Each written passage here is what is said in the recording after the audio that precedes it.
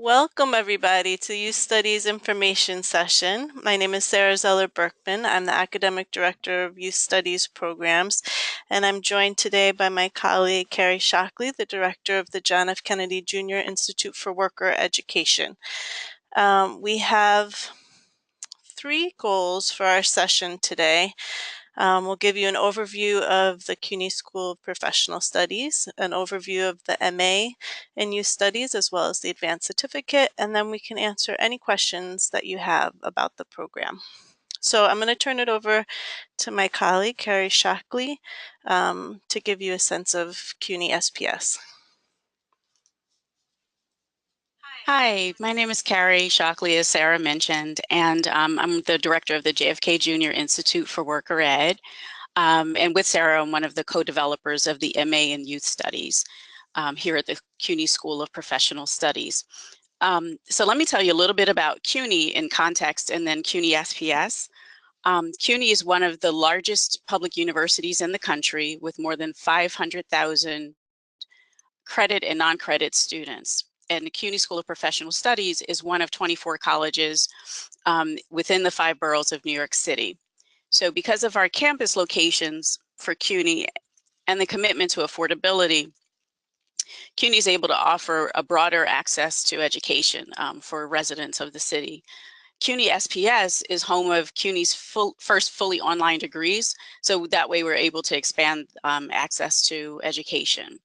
So by design, most of the programs offered here at CUNY SPS are related to professional fields, and they're designed for people who want to link their education to their professional development.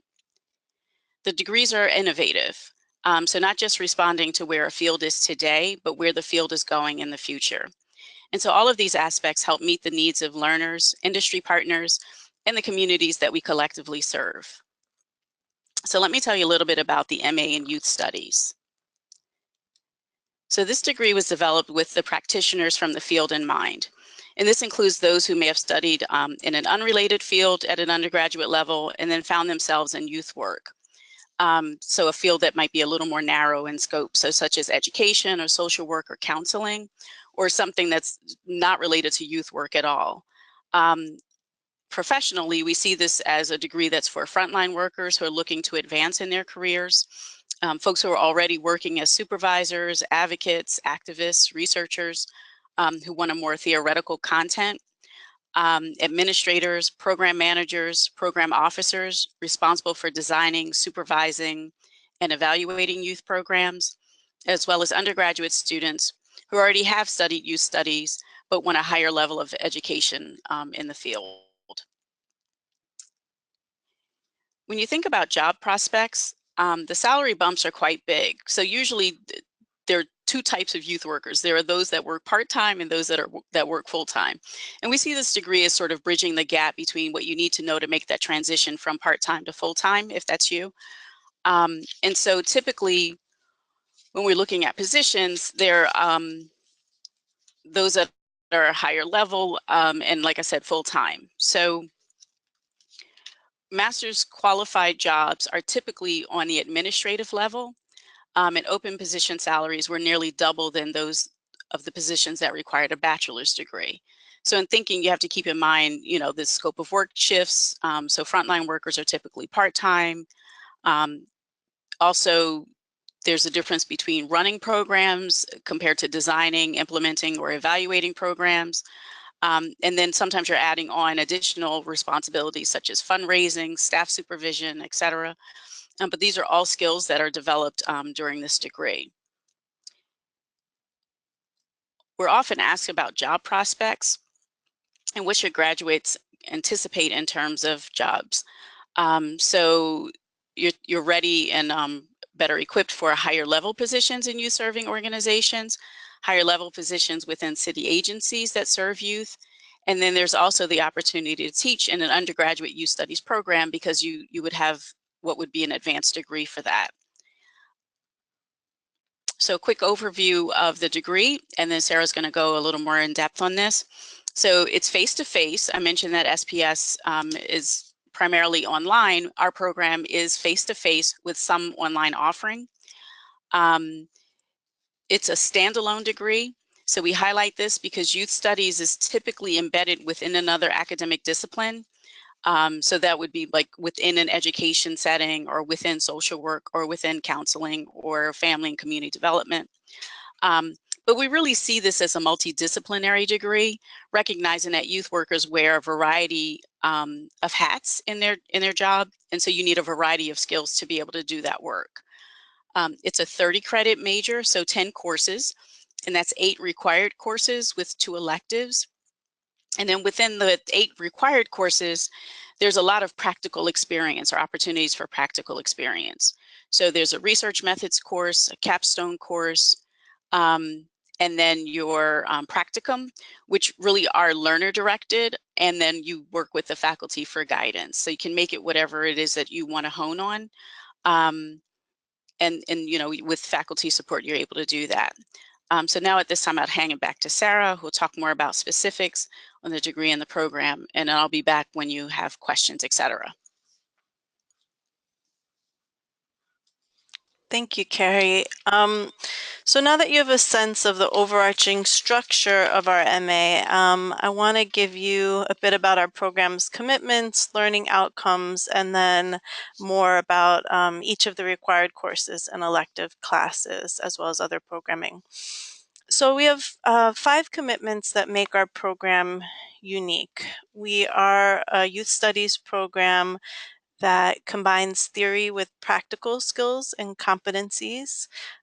So sometimes youth studies programs really focus on theories or issues related to the study of youth. And we do that, but we are a program that is geared towards people working in the field. So we offer people best practices and do a lot of skill builders throughout the time with us.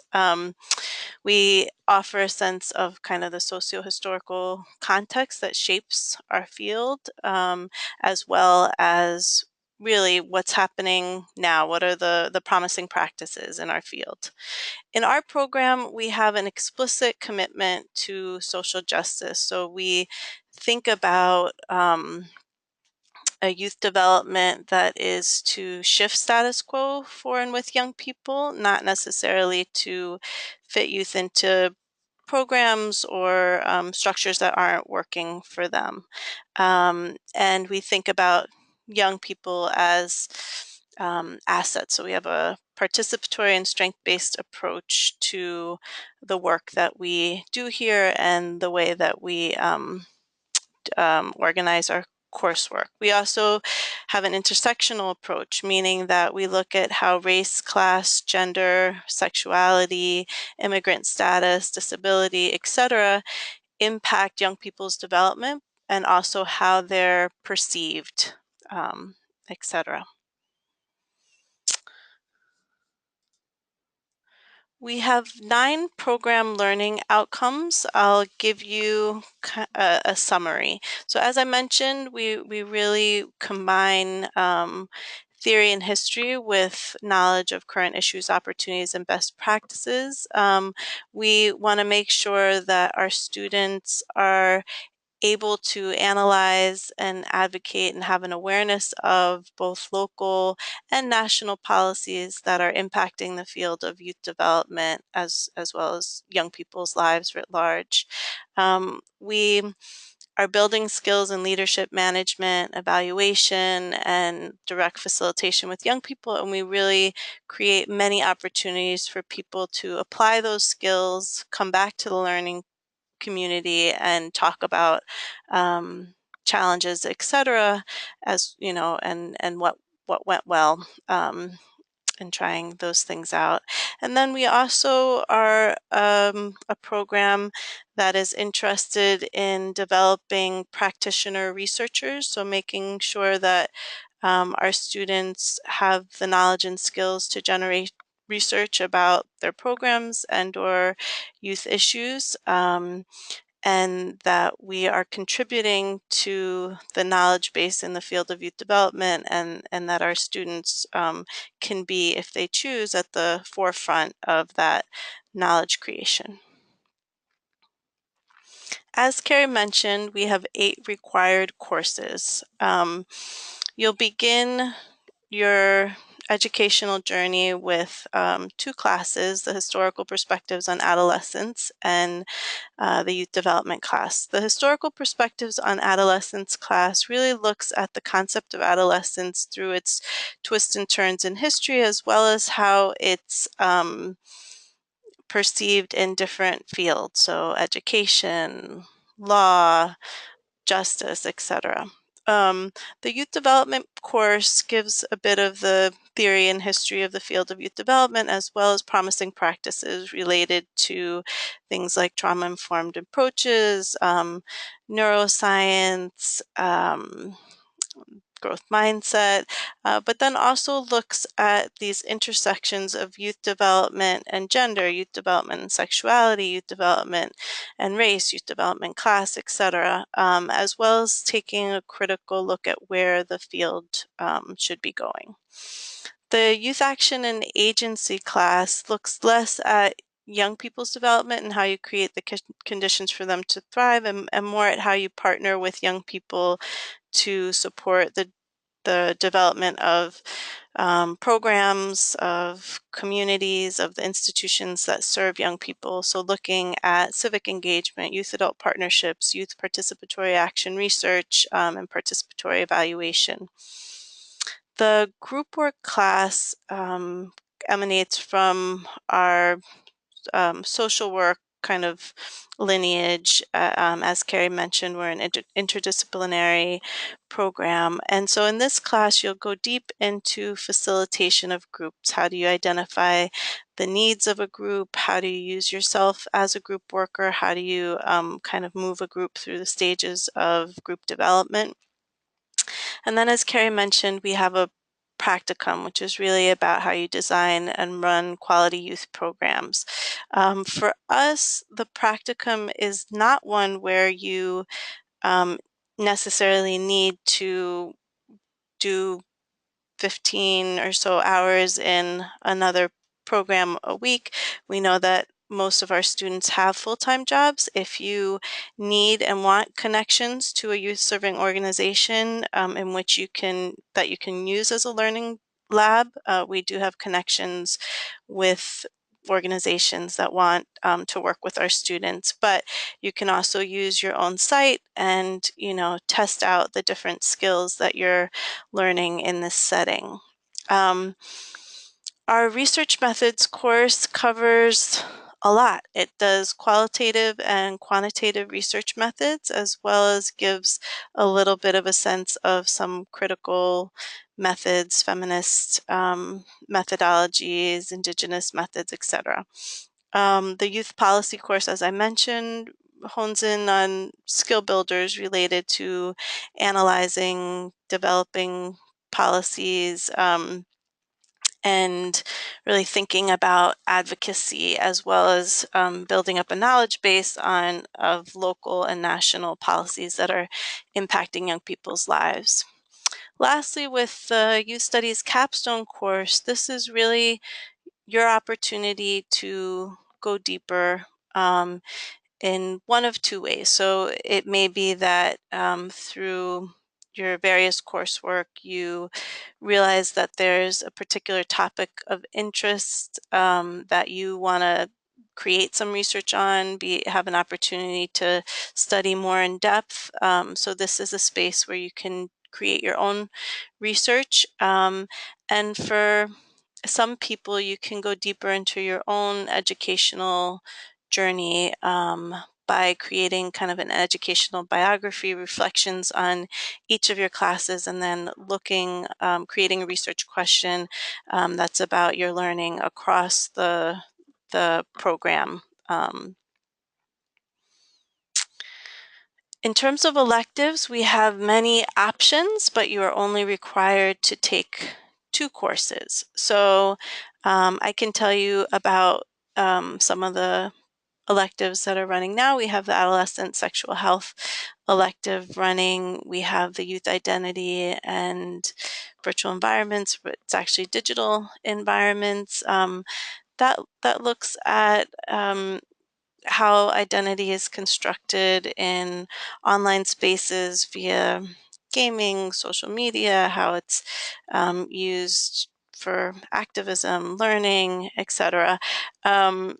We have some courses that are in development right now related to kind of criminalization and youth development that looks at how both young people involved in the justice system, looking at school to prison pipelines, looking at young people that are dealing with collateral consequences of mass incarceration. And then we have another course in development, which is about disabilities and youth development, as well as some of the other courses that you see on the screen. You have an opportunity to create your own independent study, and that's done in collaboration with an advisor. Once again, this is a way that someone can either go deeper into literature or begin to do some research on their own with supervision. Our special topics class is something that really allows us to stay current. And so we are both looking to hear from our students about um, gaps that they'd like us to create a course about something in particular, or kind of looking at where our field is at and raising up an issue of importance that we feel like our students should have a sense of. This is also a place where some of our partnerships with different city agencies allow us to create courses. So for example, a partnership between CUNY and the Department of Health, Mental Health allowed us to create a behavioral health course for our students and offer funding for students to take these courses. I'd like to say that currently, we have many of our online electives are being offered as, our electives are being offered online as opposed to in person. This was to allow some versatility and some flexibility for our students. We are also thinking about hybrid models for this course, which would be partially online and partially some in-person meetups. The courses for the advanced certificate, there are 4, so it's a 12-credit advanced certificate, and they're really the first 4 courses of the master's. So that would mean if you enter in the fall, you'd be taking the historical perspectives on adolescence class and the youth development class, and then in the spring doing the youth action agency and group work classes. And then at that point, students can decide whether they want to transition into the master's, where you would have completed 12 of the 30 credits that you need, or as it's a stackable credential, or to kind of end with the advanced certificate. In the fall, we are offering courses both in the mornings from 9 a.m. to 12 p.m. And in the evening, 6:15 to 9:15 p.m. So these courses are happening on Tuesdays and Thursdays, and you have whatever option works best for you. Our professors are a wonderful mix of academic expertise and experience from being in the field. We have people like Elizabeth Bishop. Professor Bishop teaches our Youth Action Agency class and research methods, has a doctorate and a deep wealth of knowledge from her years in academia, and also is running the evaluation and research units for Global Kids, a high quality youth serving organization in New York City. Tiffany Lewis Durham also works for Global Kids and teaches our historical perspectives on adolescence class. We have ED Julie Stein-Brockway, who teaches our group work class and has taught for many years at Hunter in the social work program. And she also runs an organization called the Center for Family Life. Yes, I won't go into everybody, but we really try to pick professors that have this very unique mix. Our pedagogy in the classroom reflects youth development theory and practices, so we make sure that there is time to build relationships, as we know that relationships are key to any type of developmental context. We have classes that are engaging. We use a lot of different modalities in our teaching. We have opportunities for students to direct some of the learning that happens in the class. And, and as we know, youth development is good pedagogy. In addition to the credential, we are committed in the Youth Studies program here at CUNY SPS to creating field building activities for our students and for the field of youth development writ large in New York City. So this takes a few forms. Last year in the spring, we had a symposium on social emotional learning with many people from youth serving organizations. We've had book talks, both from our own professors as well as Kathy Davidson, who's at the CUNY Graduate Center. We had a self-care event for youth workers, providing meditation, yoga, an opportunity to make sure that those who are caring for so many other young people in the city have a time to care for themselves. And then we've had convenings. We have a webinar series about lunch with leaders, and coming up in April, we're having a State of Youth Development in New York City event, which really looks at current trends, policies, research, and how that both impacts and with people's lived experience on the ground, but also how various stakeholders can speak back to that. We have a wonderful speaker, Professor Sean Ginwright, who will be opening this event, and it promises to be a wonderful way for our field to think about what's currently happening and to develop a call to action for the coming year. We anticipate that this would be an annual event.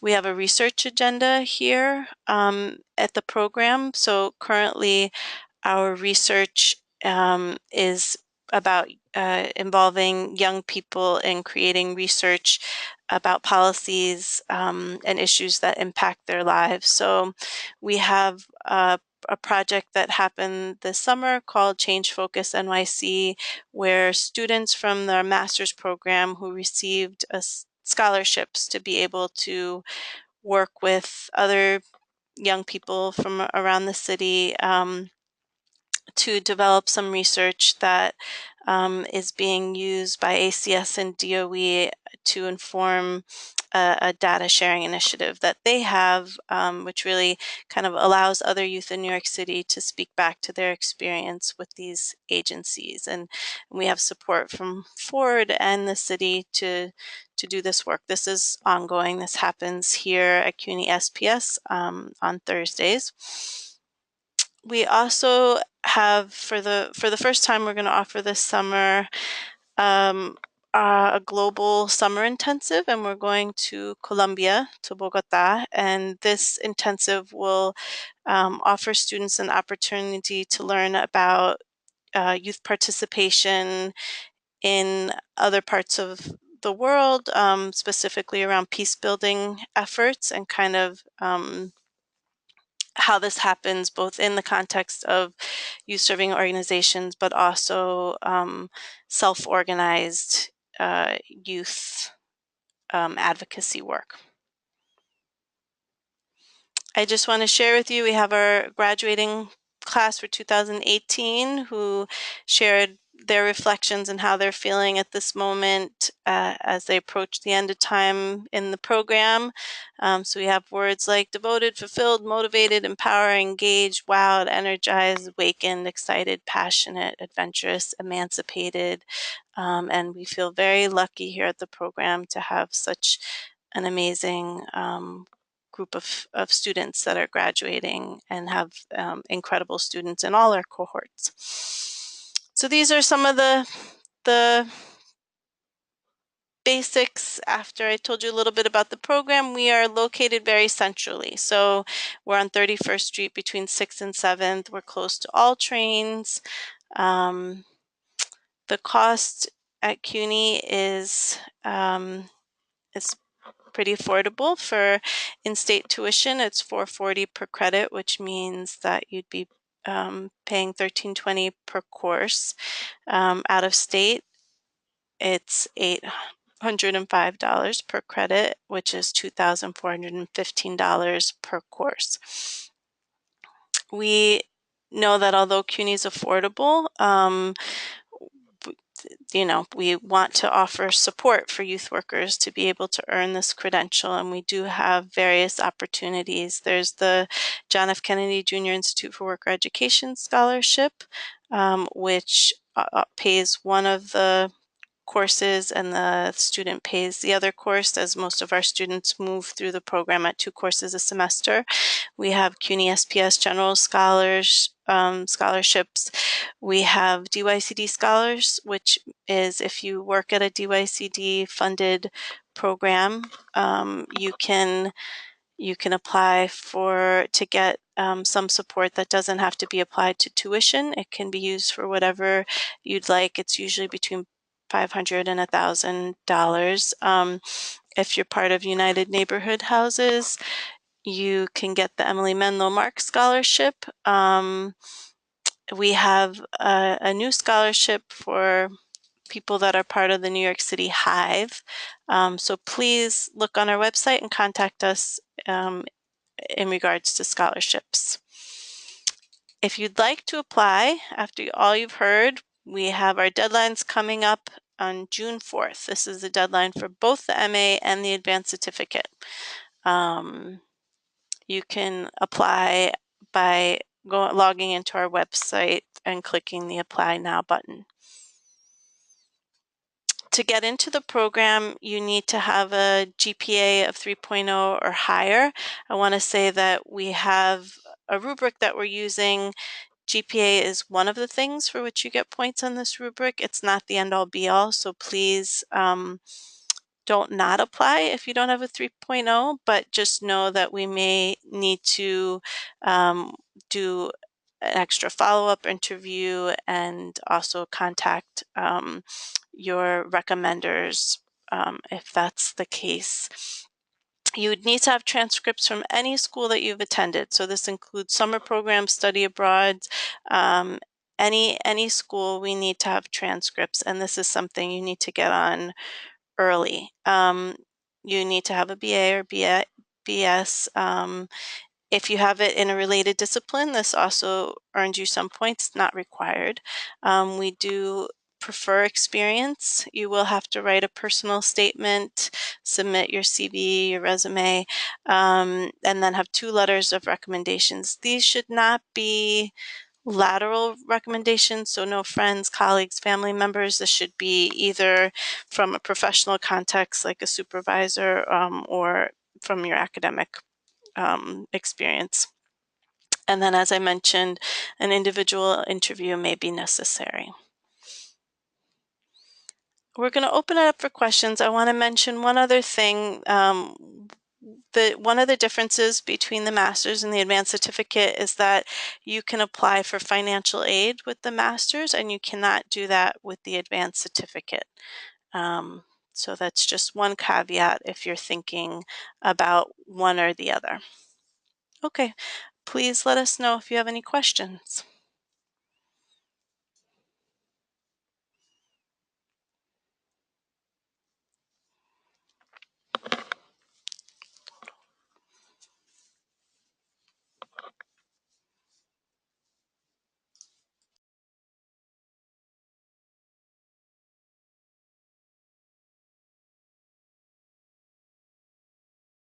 So one of our questions is there admission for spring 2018? We've already started the spring 2018 semester. So for now, no. We're just doing applications at this point for the fall 2018 semester. And then once that cycle closes, you can apply for spring 2019. The total cost of the advanced certificate is a question that someone asked. So it'd be 1320 times 4, which is about $5,280. Once again, sometimes the costs for tuition raise in a given year, so I can't guarantee. It depends when you come into the program, but it's 4 times the cost of a 3-credit course. I see a question here about wanting more details about specific courses, and there's a full curriculum that's available on our webpage for both the master's and the advanced certificate. So you can find more detailed descriptions about each of the classes there.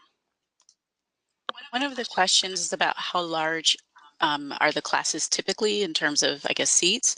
So I'd say on average about 20 students would be the upper limit with a capacity of about 25.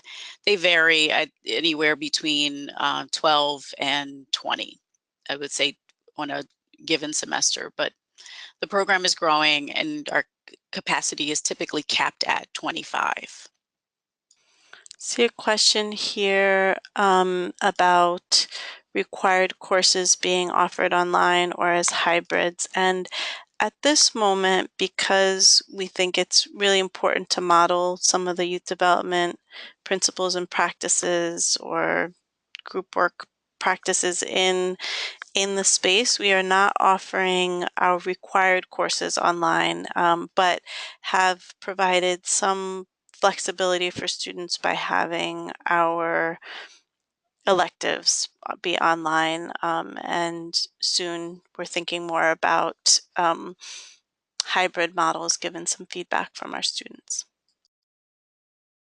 One of the questions that we have is about the interview that students may have to do when entering the program. So the question is, are you being asked similar questions like going for a job interview?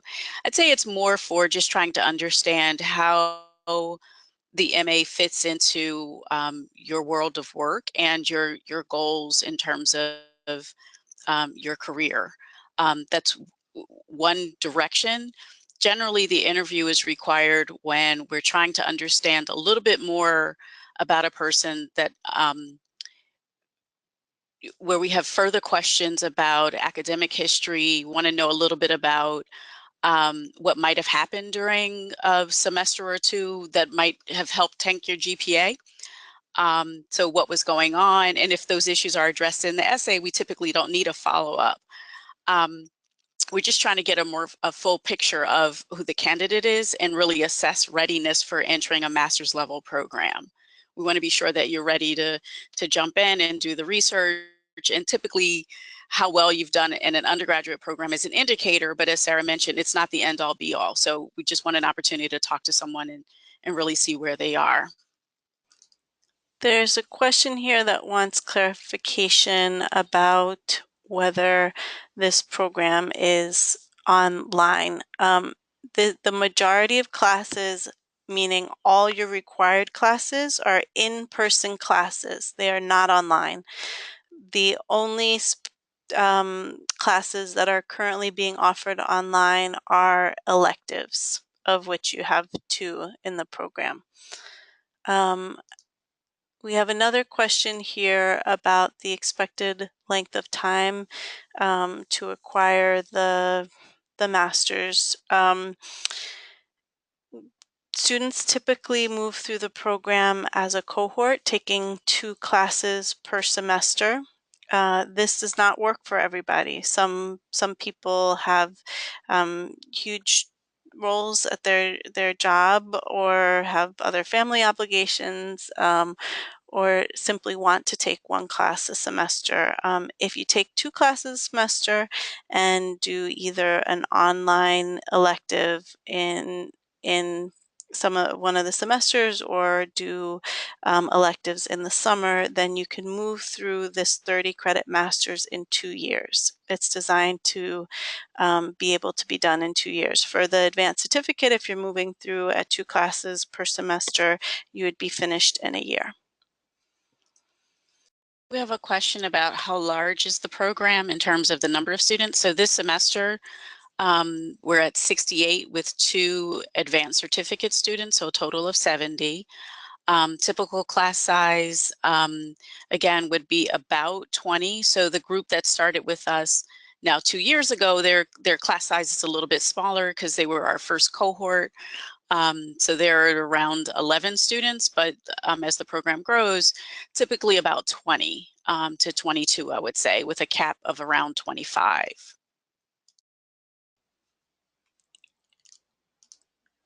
The deadline for spring 2019 haven't been released yet, but it would be in December, early December.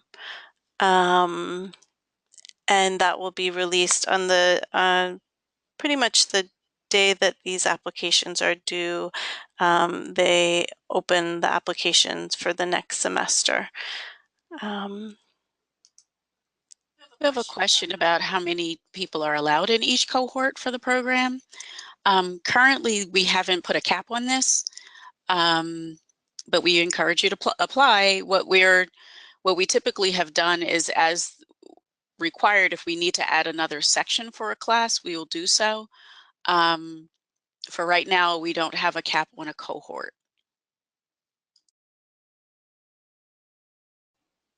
I have a question here about our hopes and expectations for students that are in the youth studies program. And I think, you know, as Carrie mentioned, people come into this program at many different points in their career. So we have some people that are kind of newer to the field, have studied in a youth studies program at the undergraduate level, and have some experience, but are coming in looking to advance to a position that's a director level. We have some people coming in with 25 plus years of experience. They're pretty high up, and they now want to begin teaching in an undergraduate youth studies program, and/or had never gotten a master's or had a master's in a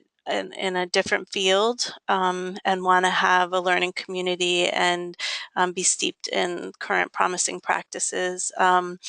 And we have other people that really have come out of this program wanting to do more research in the field and didn't know that coming in. So I think our hopes and expectations are that wherever a student comes in, we are able to support them to get to the next place that they want to be, and the next level.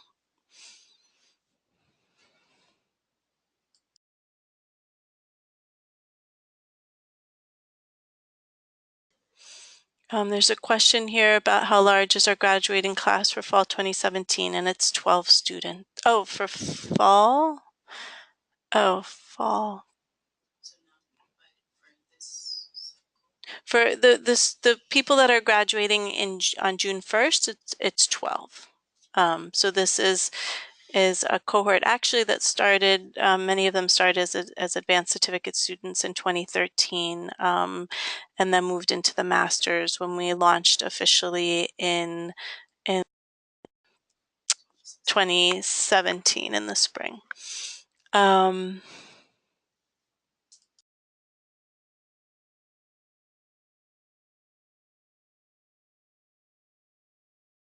I have a question specific to, I guess, someone who transferred from a community college to a senior college. So if I was a transfer student from a community college to a senior college, so we technically would need transcripts from both your community college and then your senior college, even though the transfer credits are going to appear on your senior transcript. We're going to need both college transcripts. Hopefully that answers your question. We have a question here about whether a student could take an elective course from another discipline. And yes, there is some flexibility with your elective options. We have two programs here, the psychology program as well as the disability studies program, which may be of interest, but people also can take courses from other CUNYs, and yes, it is much easier with the elective courses. With if you're wanting to use a course from a different program to replace one of your required courses, you have to make sure the curriculums have a pretty comprehensive alignment, and then sometimes that's a little bit harder. We have a question here about the MA versus the advanced certificate. And, there are a few things to consider. So the advanced certificate has been used by students in a few different ways. One is we have some students that, as I mentioned, like had a master's in a different field and just found themselves in the field of youth development, wanted to come back in and hone their skills, knowledge, competencies, etc. And so they did the advanced certificate, but they didn't need to get another master's. And so they may not. We have other people that are unsure whether or not they want to do the master's, so they start with the advanced certificate and then decide to move into the master's program or to end there, because as I mentioned, it's a stackable credential. We have other people that are coming into the advanced certificate because they may not know if they could do graduate level work yet, and so they want to, and we may want a period of time where we can test out if this is a good fit. As I mentioned, one of the stark differences too that you need to consider is that for the MA you can get federal financial aid. For the advanced certificate you can't. So there's you could also do the MA and stop after the advanced certificate. Yeah.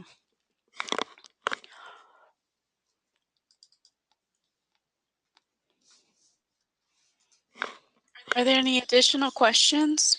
I see a question here of when classes will begin for fall 2018. It's usually the last week in August. There's a question about graduation, and it usually does take place in the beginning of June, or the end of May, but yeah, that's decided annually, as well as where it's located. Last year, it was at Lincoln Center.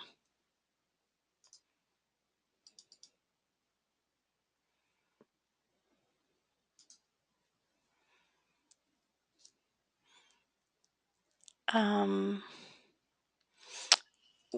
we have There's a question about an opening orientation. So once students are accepted into the program, there'll be an orientation at the beginning of the semester where everyone comes together, gets an overview of the semester and the plan.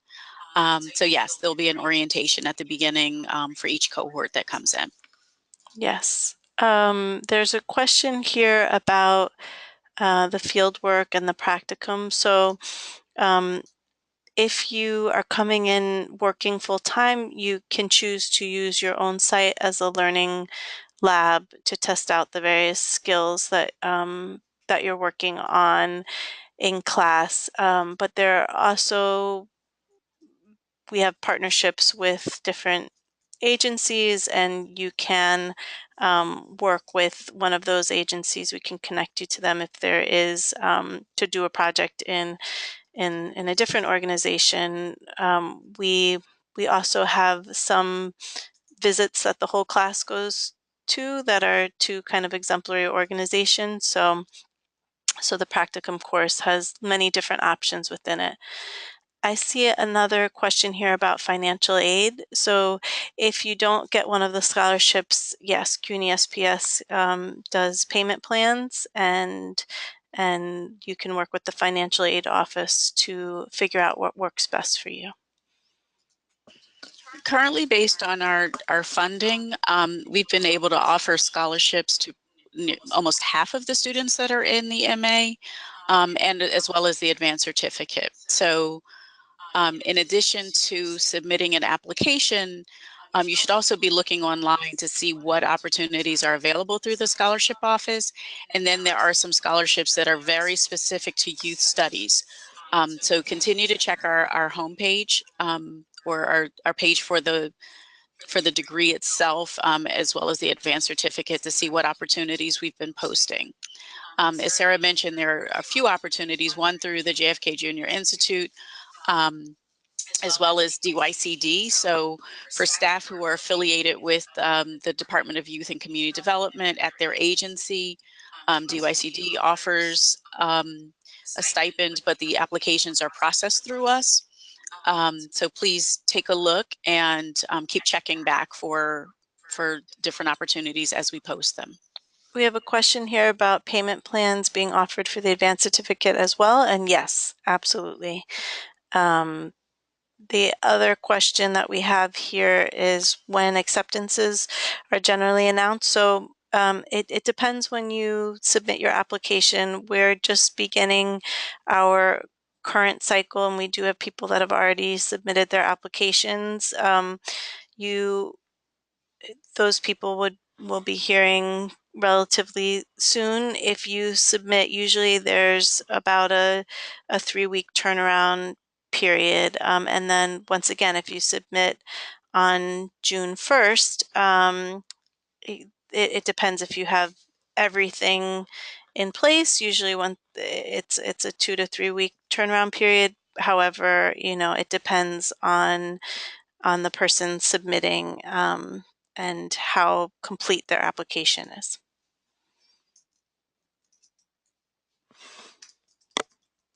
Okay.